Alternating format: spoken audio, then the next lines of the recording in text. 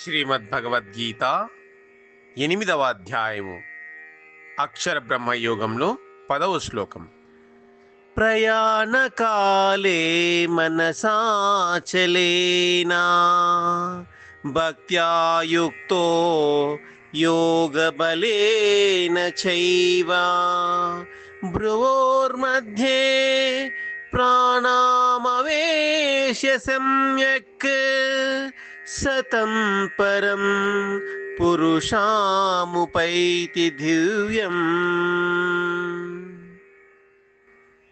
అట్టి పరమభక్తుడు అంత్యకాలం నందు యోగబలము చేత భృకుటి మధ్యమున ప్రాణములను స్థిరముగా నిలిపి నిశ్చలమైన మనస్సుతో స్మరించుచు దివ్య స్వరూపుడు పరమ పురుషుడు అయిన పరమాత్మనే చేరును.